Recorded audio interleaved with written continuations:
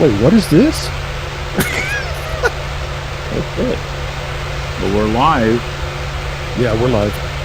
All About Wine Jet. There's our plane. What? That's our plane. That's our plane. What is this?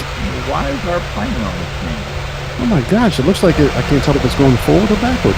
I can't. Oh, it's being there we go. There we go. Now we're going down the runway. Wow. Pretty cool. I wonder how that got on there.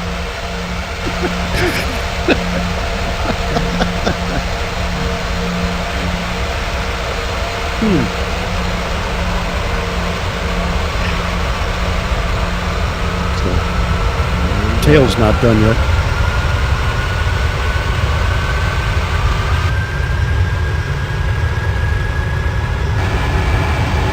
Yes.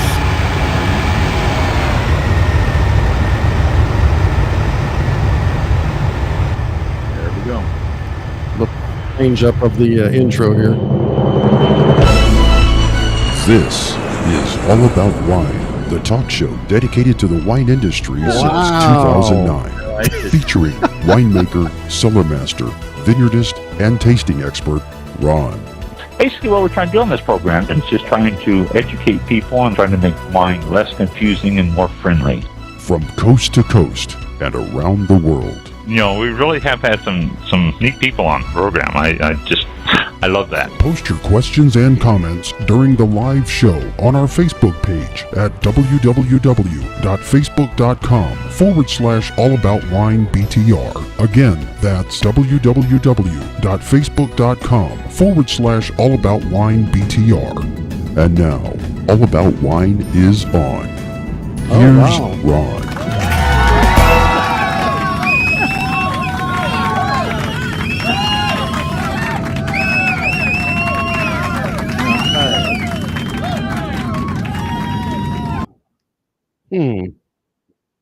There we go. Well, that was different.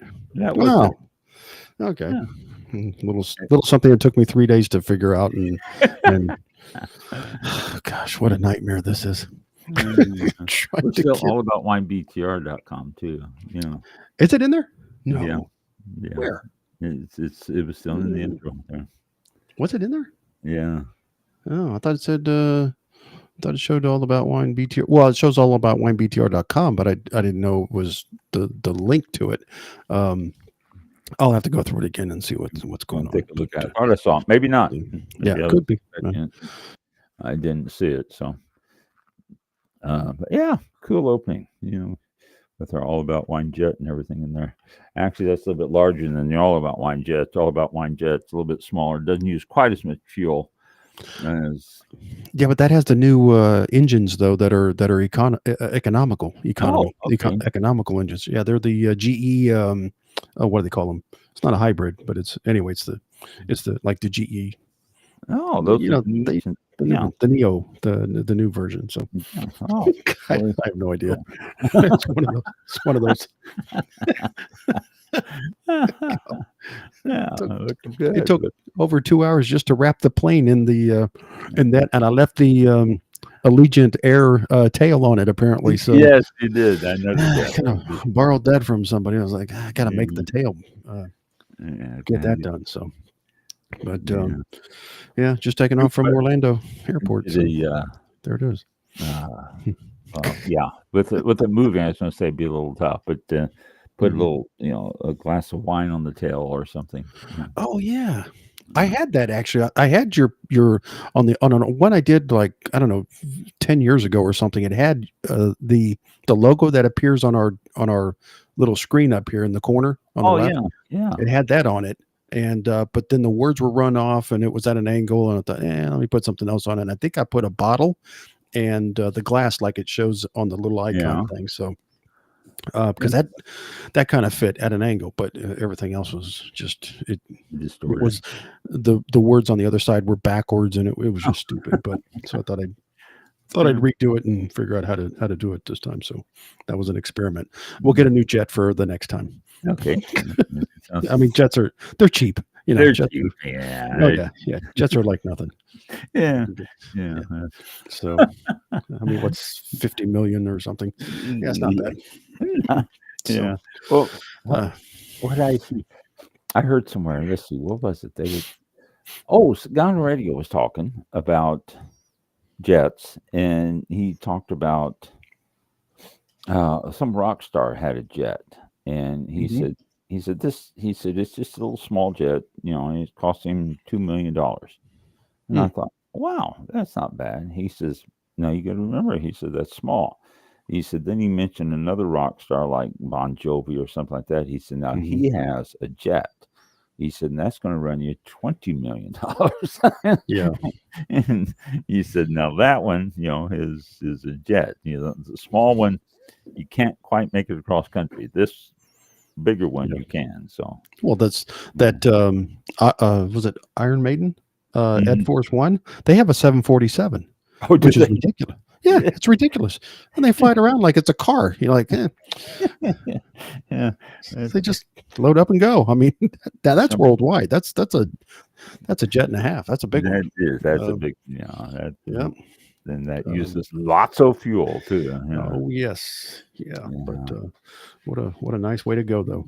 Oh yeah. Anywhere you want to go. Anywhere you want to go in Yep, luxury. that's right.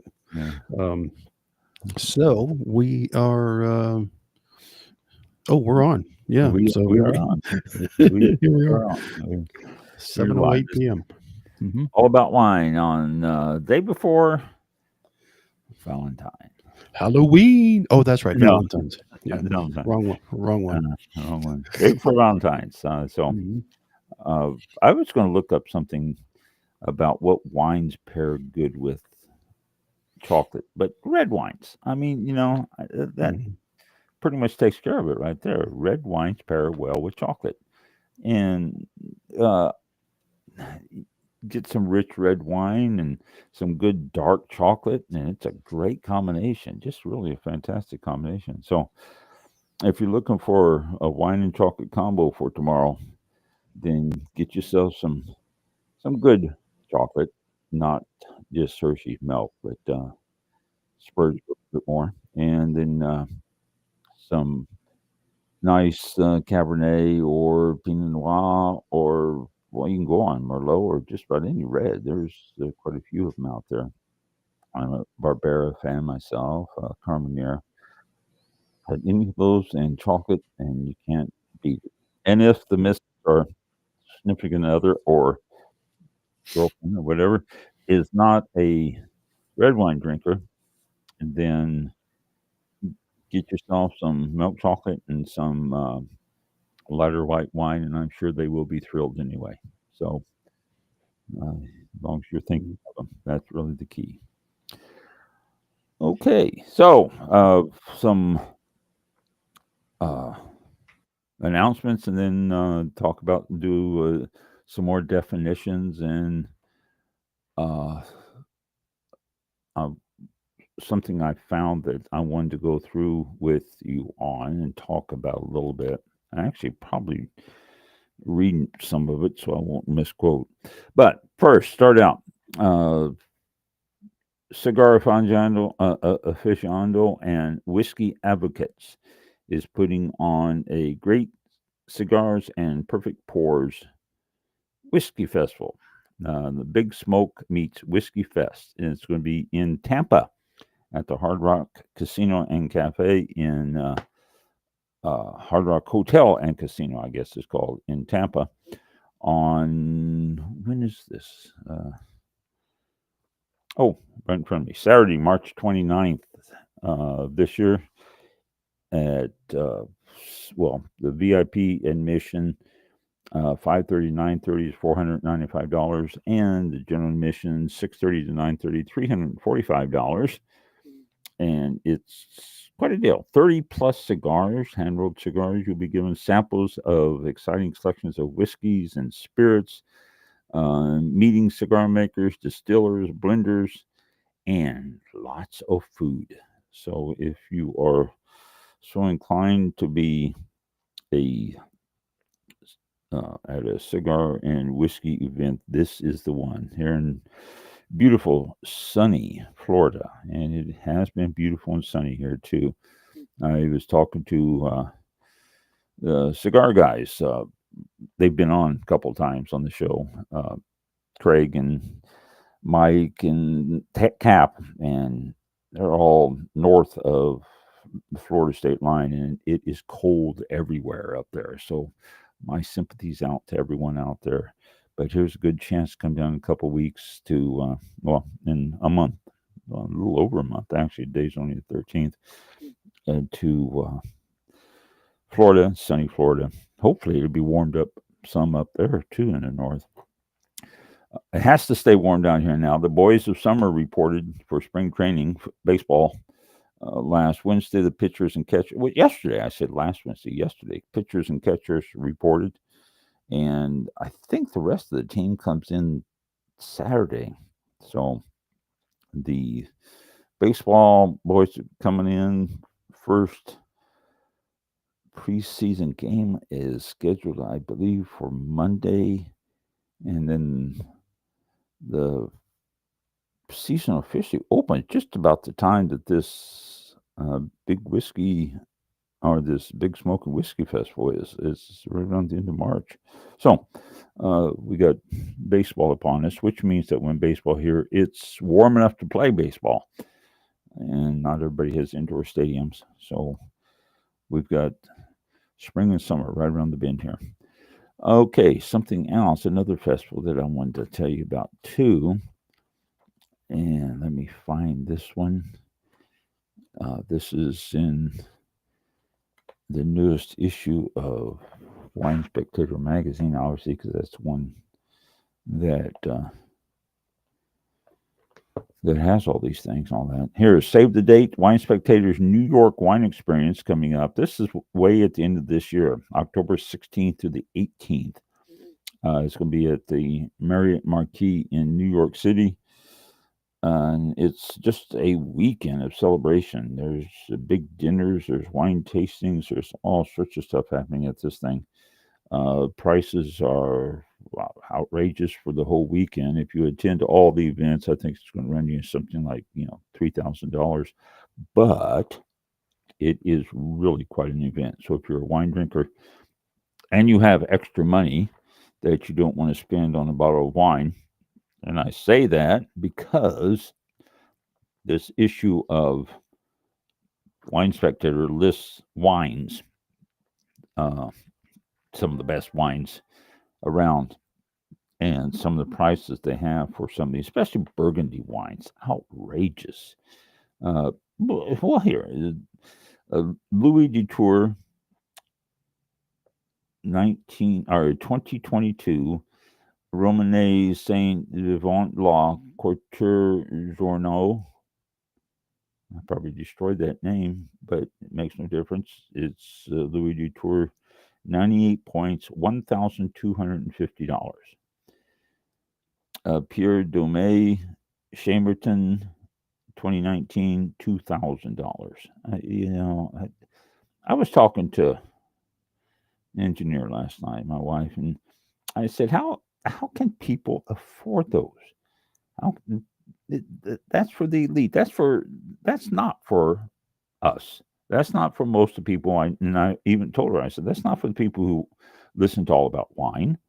I said, that's for people who have lots of money, who have the discretionary money to spend. This isn't for the people who are trying to make ends meet, who balk at paying $7.50 for a dozen eggs. These are for people who will you'll have this extra money that they don't mind spending $2,000 for a bottle of Pierre Domé Burgundy. And we can even go down here to the white wines. We got Jean-Claude Romanée Montrachet 2020, $3,500.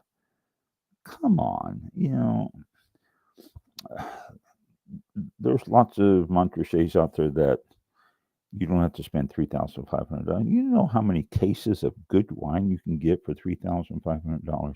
It's just, I don't know. I can't justify prices like that. I tend to think most people can't. is just too much. It's too much money to spend for. I'm sure they are wonderful. I'm sure that they are just absolutely knock your socks off fantastic drinks, but you know, $3,000. So I had to. I just saw that I was going through here, but go to some of these wine festivals, and you can probably taste some wines that are way out of most people's pocket budget, and uh, be able to say you tasted them and not spend $3,000 for one bottle. Okay, the Grand Tour, Wine Spectators Grand Tour. This comes out every year. It's coming up pretty soon here. It is 3 cities, 3 tastings. Chicago, Saturday, April 26th at the Sheraton Riverwalk. Washington, D.C. on Friday, May the 2nd, Ronald Reagan Building, and ends up May the 10th in Las Vegas at the Wynn Las Vegas. It's a big, fancy tasting, and the tickets, they don't list them here. No, I don't have them. You can learn about tickets, grandtour.winespectator.com. Over 200 wines from around the world, all rated at 90 plus points by Wine Spectator. Meet the winemakers, selection of foods, all that. These things are crowded, and these things are really a lot of fun. You got to pace yourself, though. You do have to pace yourself. You are not going to make it around to all 200 tastings. It will not happen. That's why all the tables have little spit buckets, we call them. Get rid of them. What you taste, to get that out of your mouth, and move on to the next one. It doesn't give you the alcohol rush in your body, but at least you will be able to stand up and go home instead of passing out somewhere in a corner or in the bathroom and having to get a cab home or Uber or whatever. Or you can take a designated driver with you if that's your thing. Have them wait out in the car. But I don't know how much tickets are on these things, but they, if I remember correctly, they were quite expensive from last year. So that's again coming up April 26th, first one in Chicago, May 2nd, Washington, D.C., and May 10th, Las Vegas. I'll mention that again next month, and probably a couple more times before the time comes. Okay. This is what I wanted to talk about a little bit here. This is out of the Wine Spectator again. Article says a federal health showdown on wine. Remember I said last week about the Surgeon General and his comments? Well, this article puts a little bit more in perspective anyway. It's a battle that the government's going on. The question is asked, is a daily glass of wine a health helper or hazard? And it's never been really said, yeah, this is good for you. Yeah, this is bad for you. They do come out and do that, though. They come out and they say, ooh, this is bad for you. And then they come out and say, ooh, this is good. But moderation is the key to it. This is really what they've said all along. Moderation, a glass of wine a day is not going to hurt you. In fact, it's been stated many times that it's good for you. The panel, the U.S. Dietary Guidelines, issued a report finding with moderate certainty, that people who drink alcohol in moderation have lower all-cause mortality than those who abstain. So if you drink, your chances of dying are lower than if you don't drink. But we're all going to die. So, yeah, okay. 2 weeks later, the U.S. Surgeon General Vivek Murthy issued an advisory calling for alcoholic beverage to all carry cancer warnings, arguing that Americans are uneducated about potential links between alcohol and the 7 types of cancer. Yeah, okay. These guidelines are published every 5 years, and they actually send a message out to American people who base it on that for the next 5 years. But for the section on alcohol, the National Academies of Science, Engineering, and Medicine convened a committee of 14 academics who conducted an extensive review of the current relevant science. Okay, the panel authors are careful to make clear about certain parts of each of their findings. Their findings support the theory that moderate consumption, which they define as 2 drinks a day for men and 1 for women, and that is 2 5-ounce glasses of wine, 2 8-ounce beers, or 2 mixed drinks, if you a shot, an ounce of whiskey, mixed drinks for men and 1 for women, offer health benefits. The committee concludes that compared with never consuming alcohol, moderate alcohol consumption is associated with lower all-cause mortality. Okay, so that's good. Consuming moderate amounts of alcohol is associated with lower risk of cardiovascular disease, mortality in both male and females. That's what their finding was. Okay, they found no conclusion could be drawn with links with certain types of cancers, including colorectal, pharyngeal, and esophageal. And the majority of peer-reviewed research has found in the past basically the same types of results. Basically, moderate alcohol consumption has been linked to lower rates of cardiovascular disease. But it has also been linked to higher rates of certain cancers. But basically what they're saying is because cardiovascular disease is still the number 1 cause of death in the United States, it could lower the overall mortality rate in the United States. Because it being number 1, you start cutting down on that, it could help.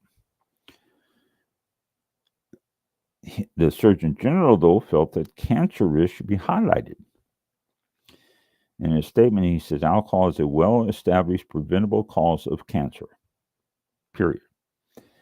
Yet the majority of Americans are unaware of this, he continues to say. So, yeah, okay, well, people who drink, I'm sure, are aware of what has been said about it, so it's usually not a big issue.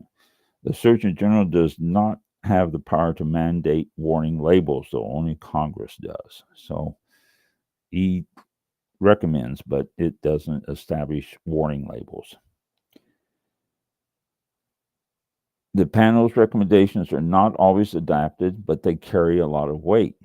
And so this year, there's a second panel convened by the Interagency Coordinating Committee on the Prevention of Underage Drinking, which is exploring alcohol and health. And rather than review existing scientific research, it is conducting its own research.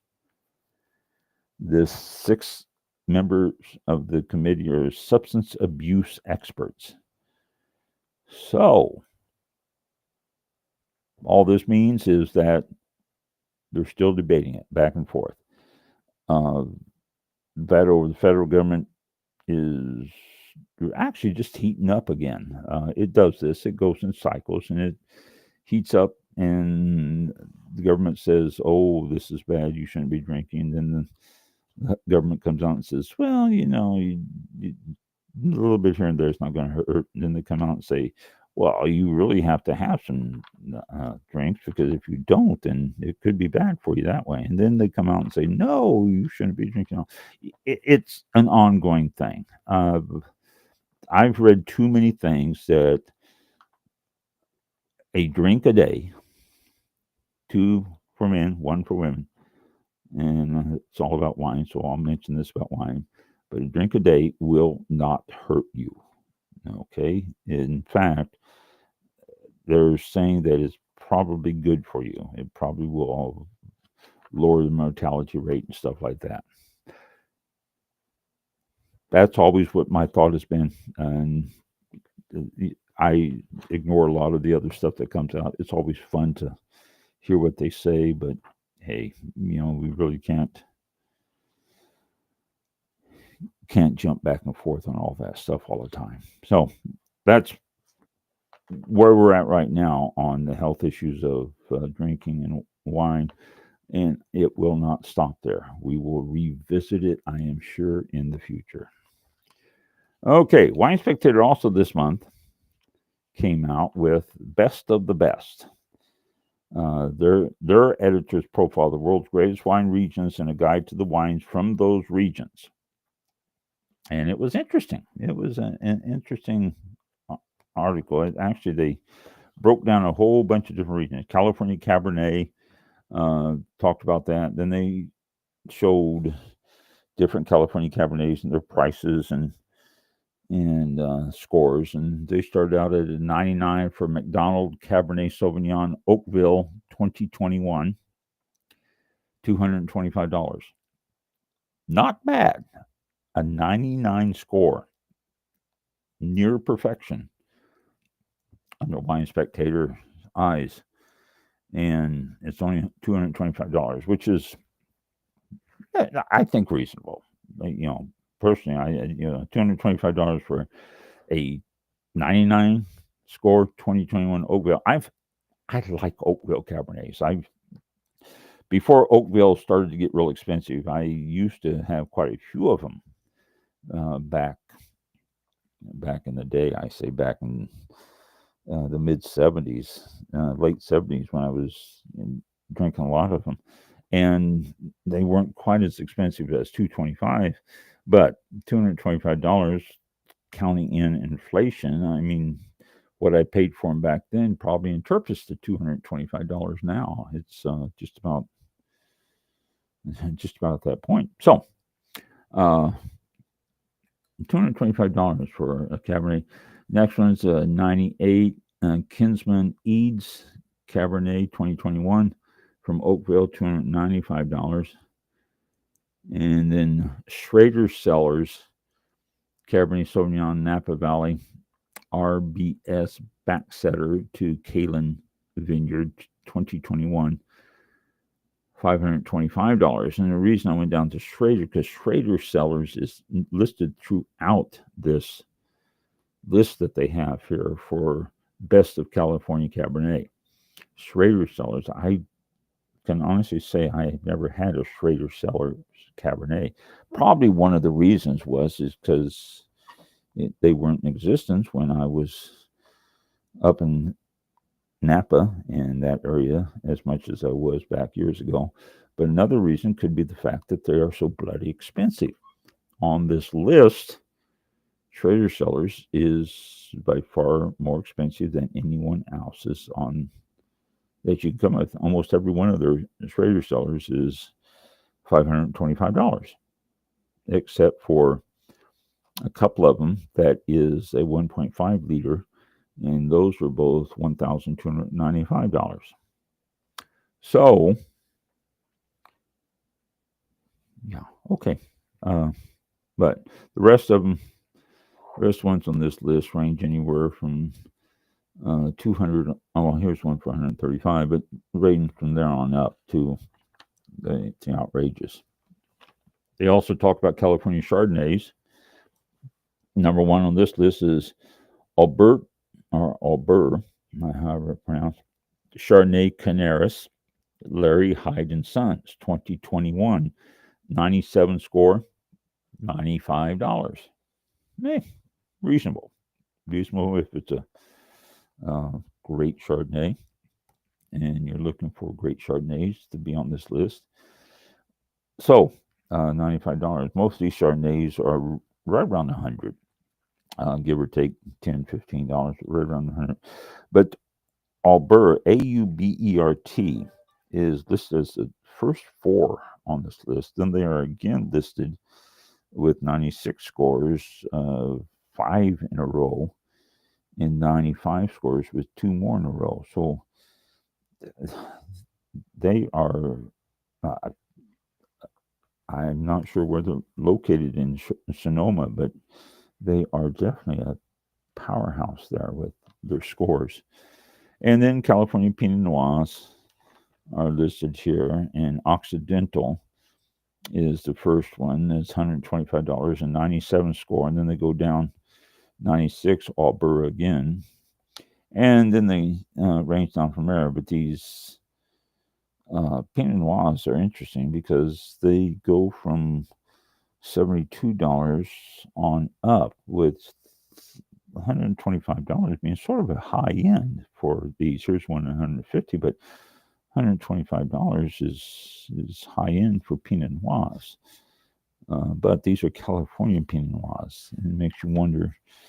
You're going to start looking at other areas like Oregon, how those would actually compare to it. Bordeaux, year after year, these are always a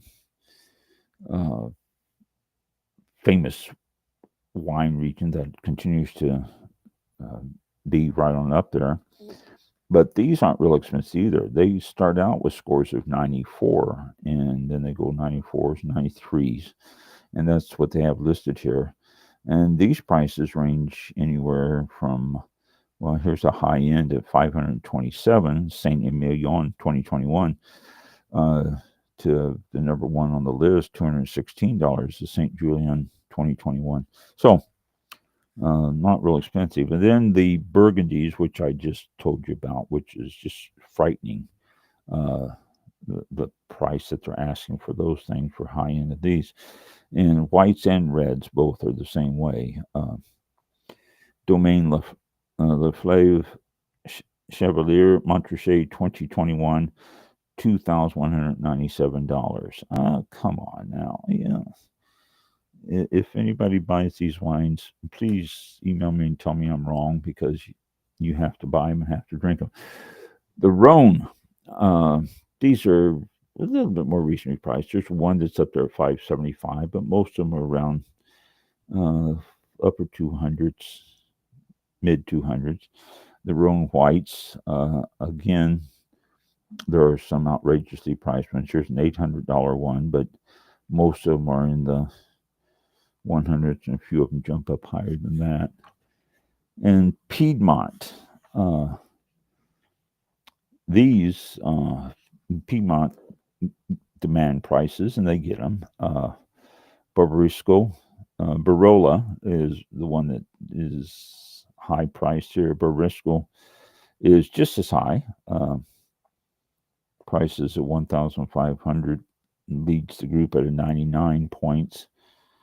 And Gaha at 98 points is 1,056. We can't afford those. You know, they put these on this list for us to sit there and go, oh, wow, that's really cool. We can't afford those, but that's really cool that they're getting that much for it. But I don't know. Brunello di Montesino, $285, 376, two of the most expensive. All the rest of them are in, the hundreds. Here's some that below. Here's one's $60. Other Tuscan Reds is, number one is $900, but then that is the most expensive on the list at 99 points. It's a Toscano 2021. It says the 2021 vintage is the best in a generation. Don't miss the opportunity to buy your favorite wines. Editor's tips. But again, I can't at all justify some of that. So there you go. I saw those prices and all that, and I just thought, who can afford those? Who goes out and buys those? It has to be people who have a lot of money, and I would guess you're not going to take it home and pop open one of those $1,000 bottles of Italian Rovo with a Italian Tuscany with your spaghetti dinner tonight. I mean, it just you put them away, you save them. You want those things to be a special occasion, one that you can sit and enjoy every time you take a sip of it and let it linger in the mouth and all that. And that's the only way you're going to enjoy them. And I don't know, would you really enjoy those? Would you really? Yeah, you would. I answer my own question. Yes, you would. I would.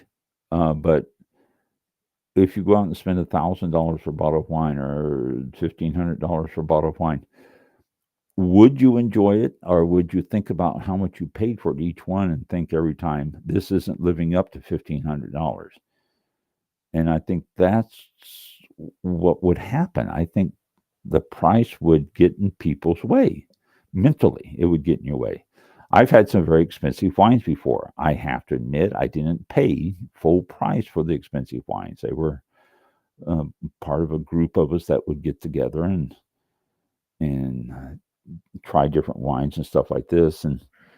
But I don't know. I wonder if most people would really enjoy them, or if they would think that, oh, this can't be worth this much money. I'm just not getting all this out of it. So, and if that's the case, then don't get them, because you will never enjoy them. But they are good. I like I said, I've had some expensive wines and they are very good. And if you don't think about the cost of them and you just think about all the quality of it, then you will tend to enjoy it. So enough of my editorializing about the expensive wines. I hate to. I don't know. Any thoughts on that, Mike? Do you have any thoughts on the $1,500 bottle of wine? Not for me. Yeah, most of my bottles are in the $20 to maybe $30 range. But and you get good wines there. Absolutely. Yeah, absolutely. You get good wines there. I think one of my absolute favorites was roughly in the $30 range, and it was made with a port style strawberry-ish kind of hint, and very good. Can't find it anymore. Yeah, well, port can give you that hint of strawberry, but Yes. But not if you get one that is made in that style by winery you're referring to. So yes, but yeah, but it just no, I don't have any interest in it. I've what was it when I was doing tours in Tampa, and we'd go by the Burn Steakhouse, and it was like, oh, they have a $30,000 bottle of wine in their cellar. They've got all kinds of wines, of course, but everybody would go, ooh, like, oh, that. But I'm thinking, what are you going to do? I mean, 30,000? No, I don't see any point to it. And that's a good point. People do that. People go, ooh, $30,000. Yeah. They're impressed because they have a 30, but they're not going to buy it. No. Maybe Elon Musk is going to fly into town and Sure. say, give me your most expensive bottle, and then they open that up. Right. And then what? You have, how long do you have to drink it before it starts going? $30,000. Or you have a bunch of people around, and you give everybody, an ounce. So you got approximately 24 ounces out of the bottle, and everybody gets a sip out of it and says, "Okay, that's great, that's wonderful. I can say I had, one." Right. But it was like there was a bar in where there's a famous mouse not far from here, and one of the parks, they had the Cava bar, and they were selling shots of tequila for $200. And they kept the bottle in a safe, and the management was the only one who could unlock it. And I was thinking, $200 for a shot. It's like, sip and it's gone. Let me have another one. Sip and it's gone. $400. Yeah, that's it. Yeah. And you look for that aftertaste, because that's what you have to live with. The aftertaste. Yeah, it's like, okay, it's I guess it's worth it to some people. There were people actually drinking it, and like parties of 6 or more, and they'd all order the whole. I guess it came out on a, what do you call that thing that holds a bunch of shot glasses on one block? I don't know what it's called. I don't know. A f- Not a There's a flute. name What's for it? it. It's not a Yeah. flute. A flute something. Anyway, but oh yeah, they bought around for their party, and let's all try this. And I was thinking, are you kidding me? How many was it? Like six times 200, $1,200 sitting on this little, and that was it. It was gone.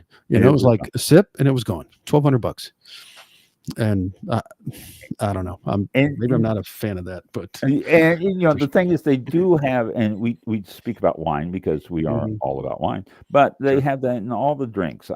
Yeah. You can find that in everything, bourbons and well, tequilas, like you said there, and whiskeys Yeah. and stuff. And they make Mhm. these high end things that it's more of a novelty Yeah. than A is one-time thing, yeah maybe, I guess. yeah You know, I you're celebrating or doing something. Maybe you just got a boatload of cash. You don't know what to do with it. And it's like, oh, I know, I got an idea. yeah, let's go blow it on shots of tequila. Yeah. Yeah. Yeah. And that's just Sure. that's a good point there But too. I mean, lottery winners. Well, let's see. mhm, What am I going to do? Oh, I know. I mean, yeah, it's just look above. Mhm. yeah. But does it And taste different than a regular bottle of tequila or wine in this case? $1,500. Does it taste different? I it mean, does. It has a well. It has subtle differences. Like I said, I've had some very mhm, expensive wines before, and it mhm, wasn't one that I go out and I buy 1,500 bottle of wine just so I can taste it. right. It was like a group uh, venture that we Sure. did. And, when I lived in California, it was a group of us that Hmm. at the time we had some discretionary money, and so we would get together once every couple months and get some very expensive bottles of wine so we can say that we had them, because normally we would not be able to buy it just ourselves, and we would pool and agree on what we was going to have the next month, and we would pool the money, we would buy that, and we would share the bottle, and then we would decide what we were going to have the following month, pool the money, and buy that. So doing it that way over a period of about 18 months, I had 18 very expensive bottles of wine and had a chance to taste them, Wow. and they were good. I no question, they were good. They were very good. They had, but then you get to the point where some of them you'd sip and you go, well, I just had a Cabernet from Napa a couple of weeks ago that was equal to this. But then you'd start getting the aftertaste, then you'd start getting little subtle things that you Hmm. wouldn't get from these others. And that's what it sets it apart. The little subtle things, the little small things that you start saying, oh wow, yeah, that's really, really good there. And I used to tell, when I teach class up at the winery, I used to tell people, and then we'd talk about expensive bottles, and invariably everybody would say, well, I can't tell the difference between an expensive one and a cheap one. Yeah. And I like to compare it to the fact that you can go to McDonald's and you can get yourself a hamburger, or you can go to, well, Burns Hmm. and get yourself a hamburger. But Hmm. they're different, but they're both still hamburgers. Yeah. But you can really tell the difference. Yeah. And Yeah. That's true. and You so the same can. thing with wine. I mean, the Mhm. one that Burns is, it got things about it, flavors, and just a little bit of juiciness and different things to it Yeah. that you remember. Whereas the one at McDonald's is, oh, okay, it was a hamburger. And this is the same thing with wine. The more expensive ones is got little things about it that sets it apart, whereas the Hmm. ones that we normally drink may have a few things, but not like the ones that are expensive. And that's one thing I came away with on tasting all these expensive wines over that period in my life. There was things about them that set them apart, that was just really, it was like, wow, that is really, really good. and you start thinking about the different aspects of it and all that, and you can probably break it down. But it just overall, it was a better wine. And Was it enough to justify like the $1,500? Did you taste it and go, "Wow, that's worth $1,500 for the I bottle"? honestly never thought that Indian was worth that much money that we were paying for at the time. Okay. I really didn't. And again, this was in the mid late 70s. And so inflation between now and then, I mean, whenever they talk about inflation, they're comparing it to, prices now compared to 1978. I mean, it's just that was that period that they're comparing it to. And it was so what we're looking at $1,500 now was probably equal to $1,500 back then in today's dollars. But no, to answer your question, I never really felt justified in spending that much money for it. And it wasn't that I didn't have the palate for it at the time. I think my palate was a little bit better then than it is now. And but the guys I was drinking with too were all very sophisticated, if you will, wine drinkers. And overall, we walked away with, we are really, really happy that we've been doing this, but we would never just go out and get a bottle of our own. It was, there was no way we could justify doing it on our own. And like I say, it was like, 18 months, 19 months we did this, and the group started to break up because of, marriages, divorces, stuff like that, people moving, different things. And so it didn't continue on. It was,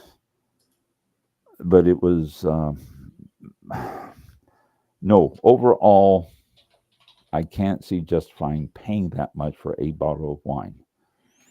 If I was going to share it with the group and do it like I did then, yeah, I would be, count me in right away. I'd be one of the first ones to say, yeah, let's do this. But individually,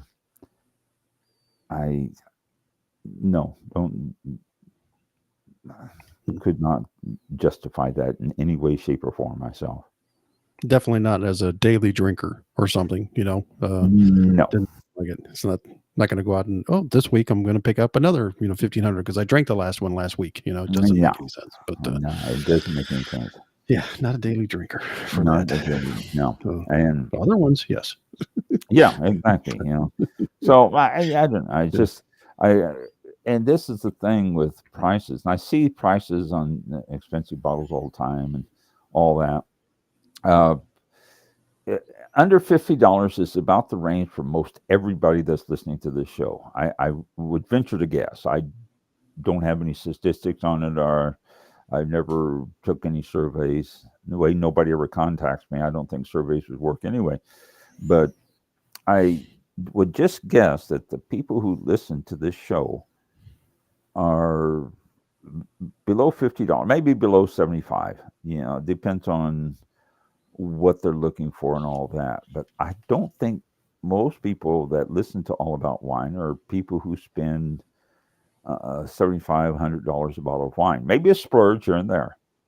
And I do. Every once in a while, I'll go out and I'll pick up a wine that I think is a little bit out of my range, but yet I've read some great things about it and all that, and so I'll try it, and it usually lives up to the previous expectations. But most of the time, people are not going to spend over $50. It's going to be almost always under 50, and probably a lot of you out there under 25. So it's these very expensive bottles of wine, like I said, I tend to think they're more for the elite drinkers than they are just for everybody, and which is a shame because there's some subtle things about them that people would enjoy. You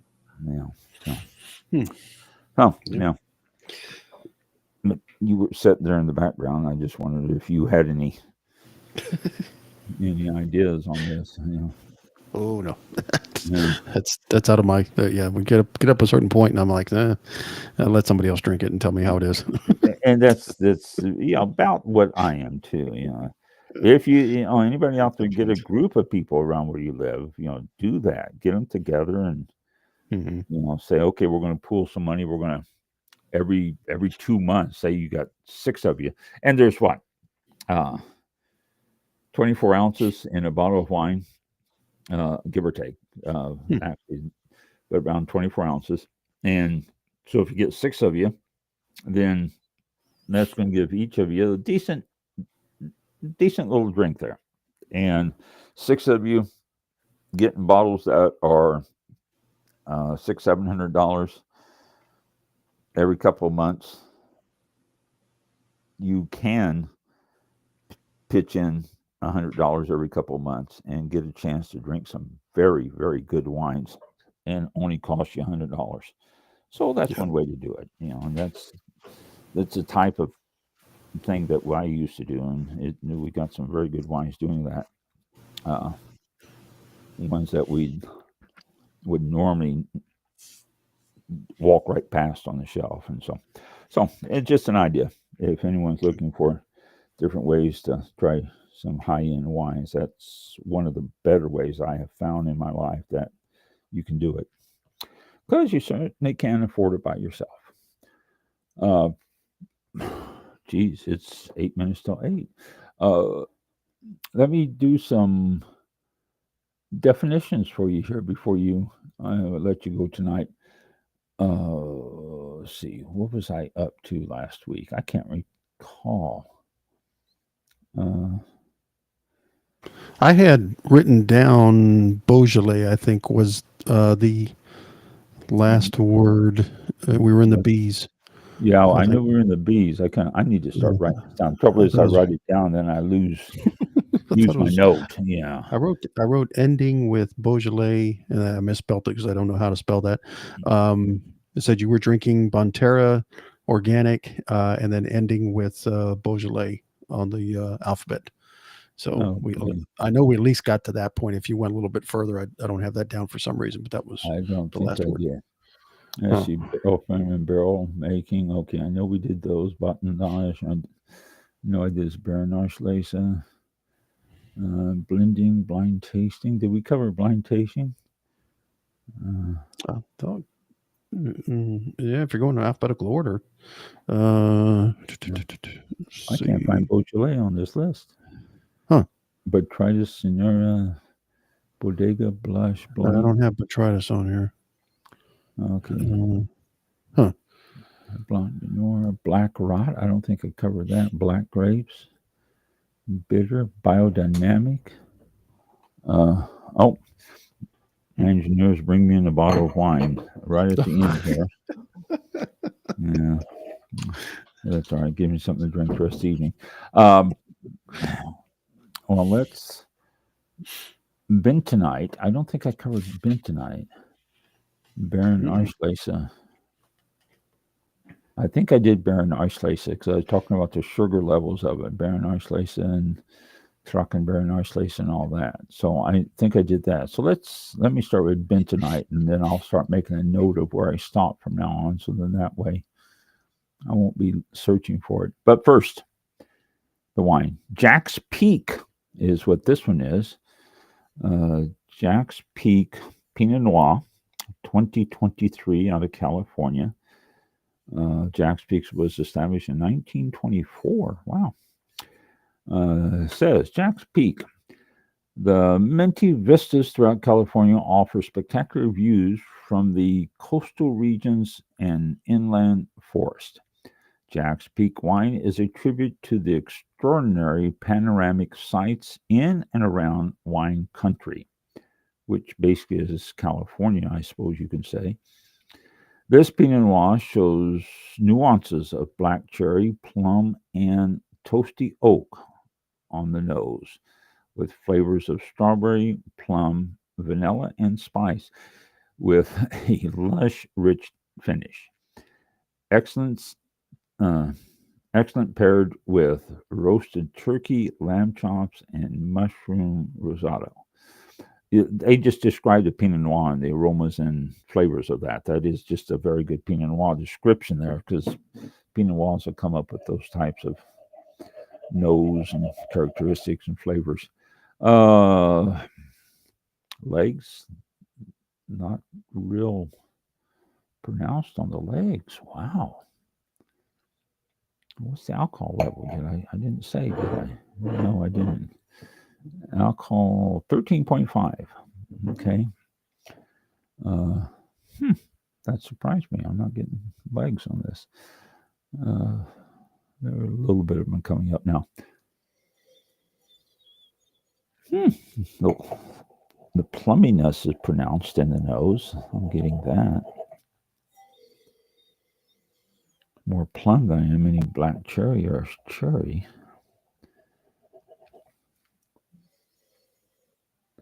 Little hints of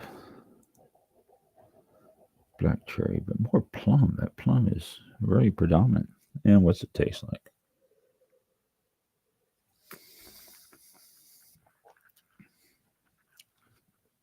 Oh, that's good. Let me do a second one.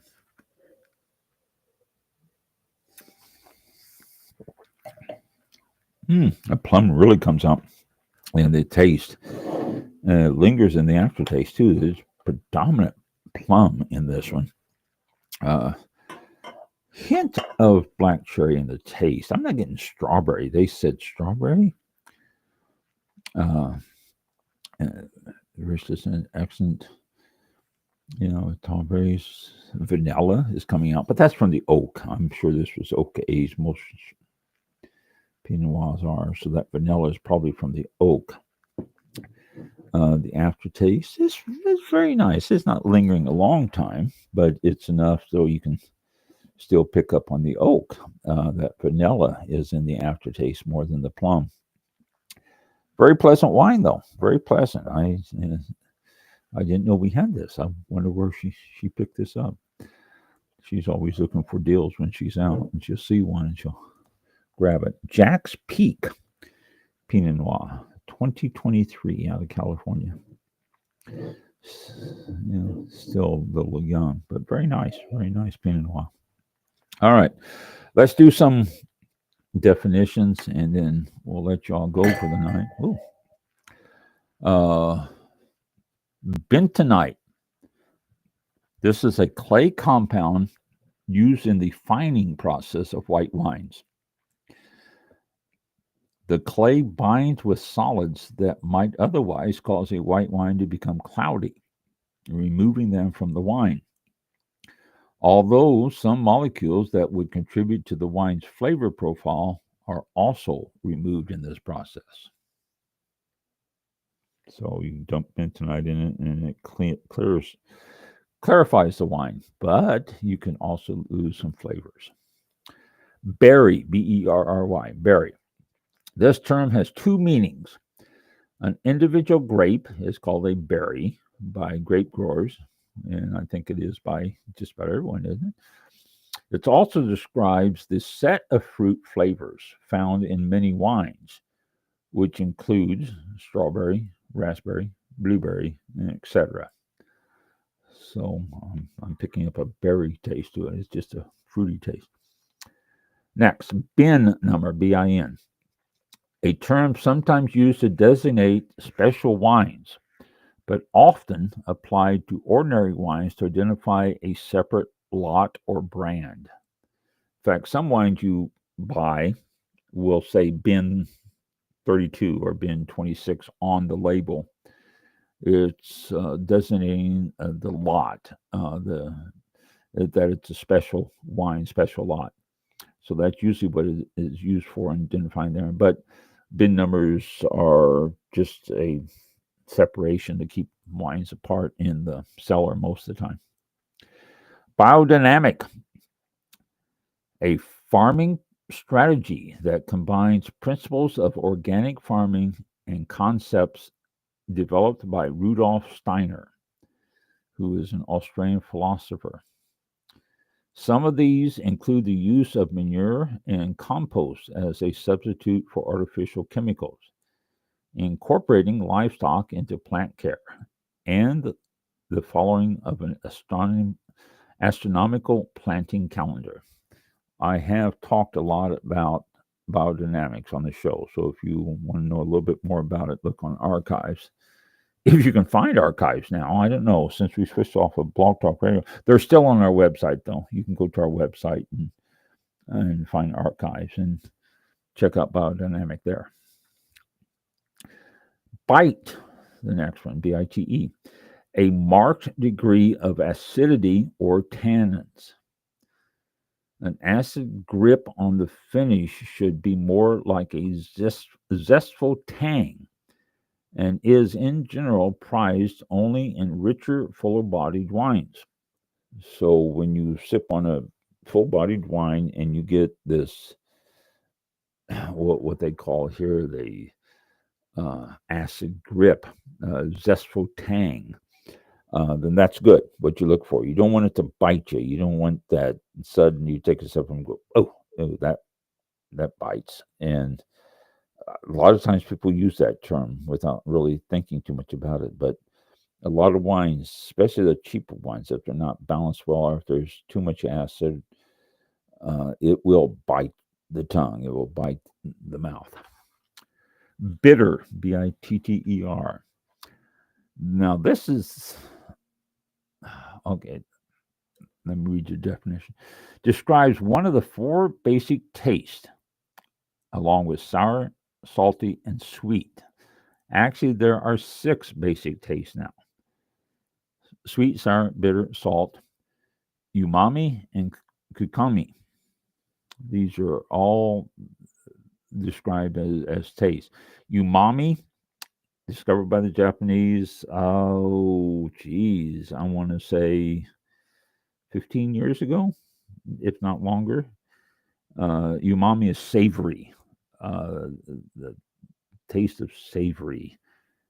And kukami is discovered by Japanese about 2 years after they discovered umami, and that is the taste of fat.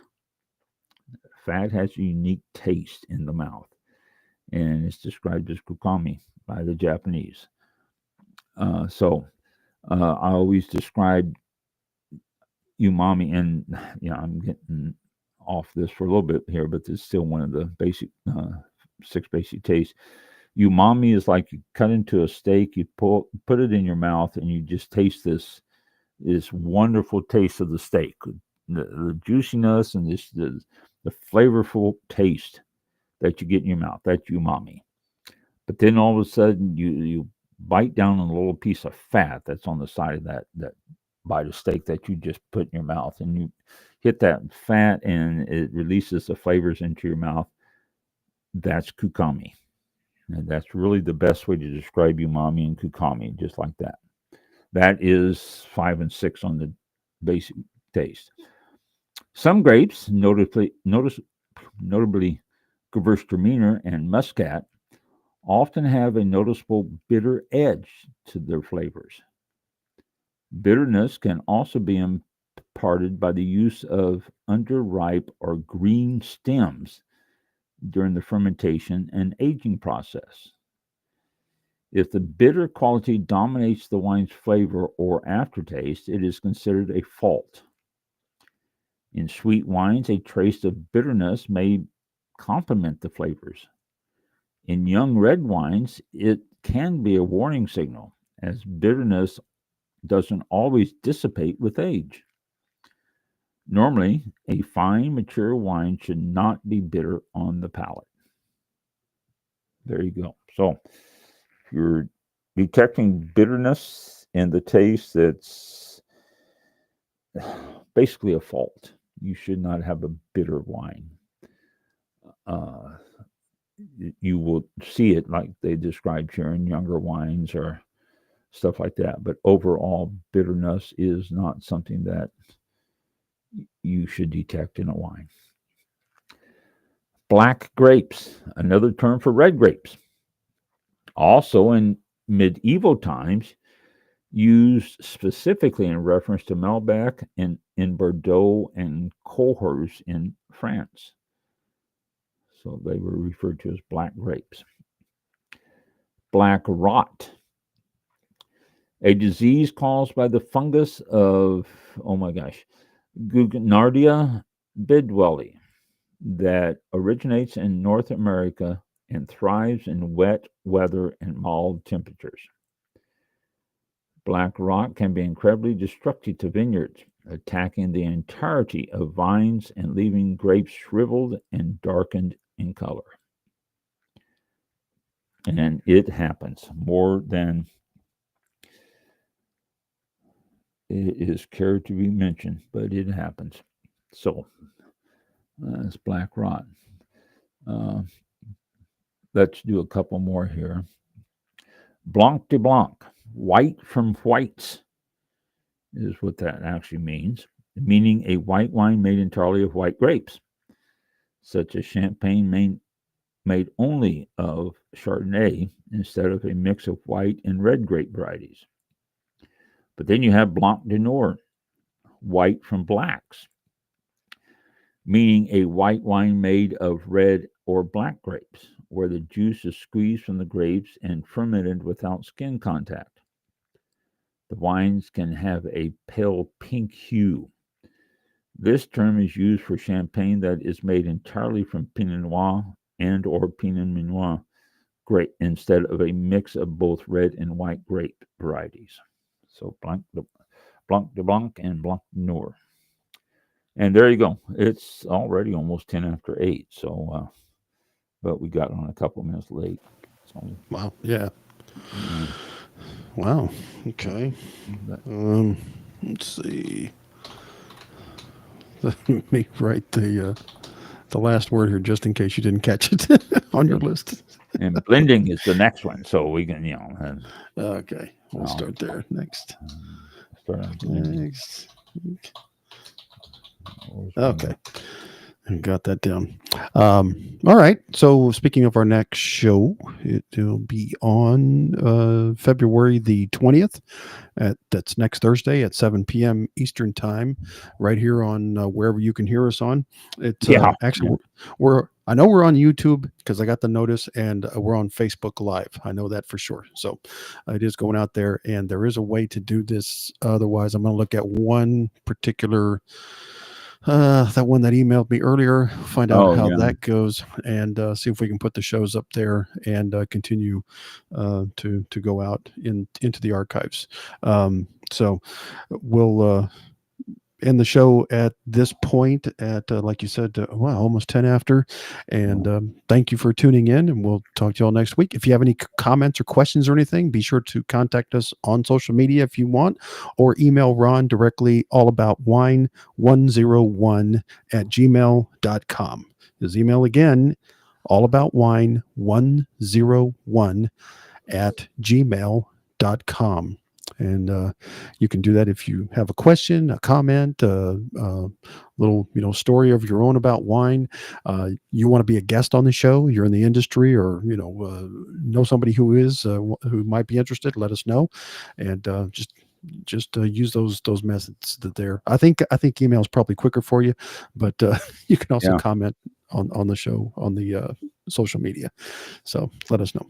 I'd love to hear from you.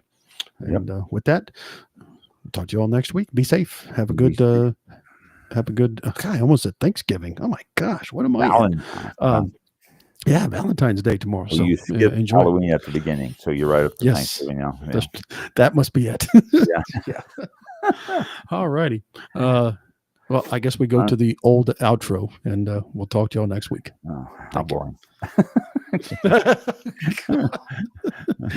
Next 3 days I'll work on an outro. Okay. I mean, it's only taken me a year and a half to get to it, but yeah. Gosh, I've been talking about it for a long time, but you have. Okay. Yeah. I got to redo it. Okay. We'll see you all next one. Thank you. This concludes tonight's broadcast of All About Wine with your host, Ron. For show information, links to All About Wine on Twitter and Facebook, or to be a guest on this show, Visit the show website at still have Twitter on there, too. www.allaboutwinedtr.com. Is it still twitter.com? Archive shows are available for download on iTunes or on our show page at blogtalkradio.com/allaboutwine. Thank you for listening. Drink responsibly, and we'll see you next time on All About Wine. There it was, yeah, / all about wine. Yeah, it's not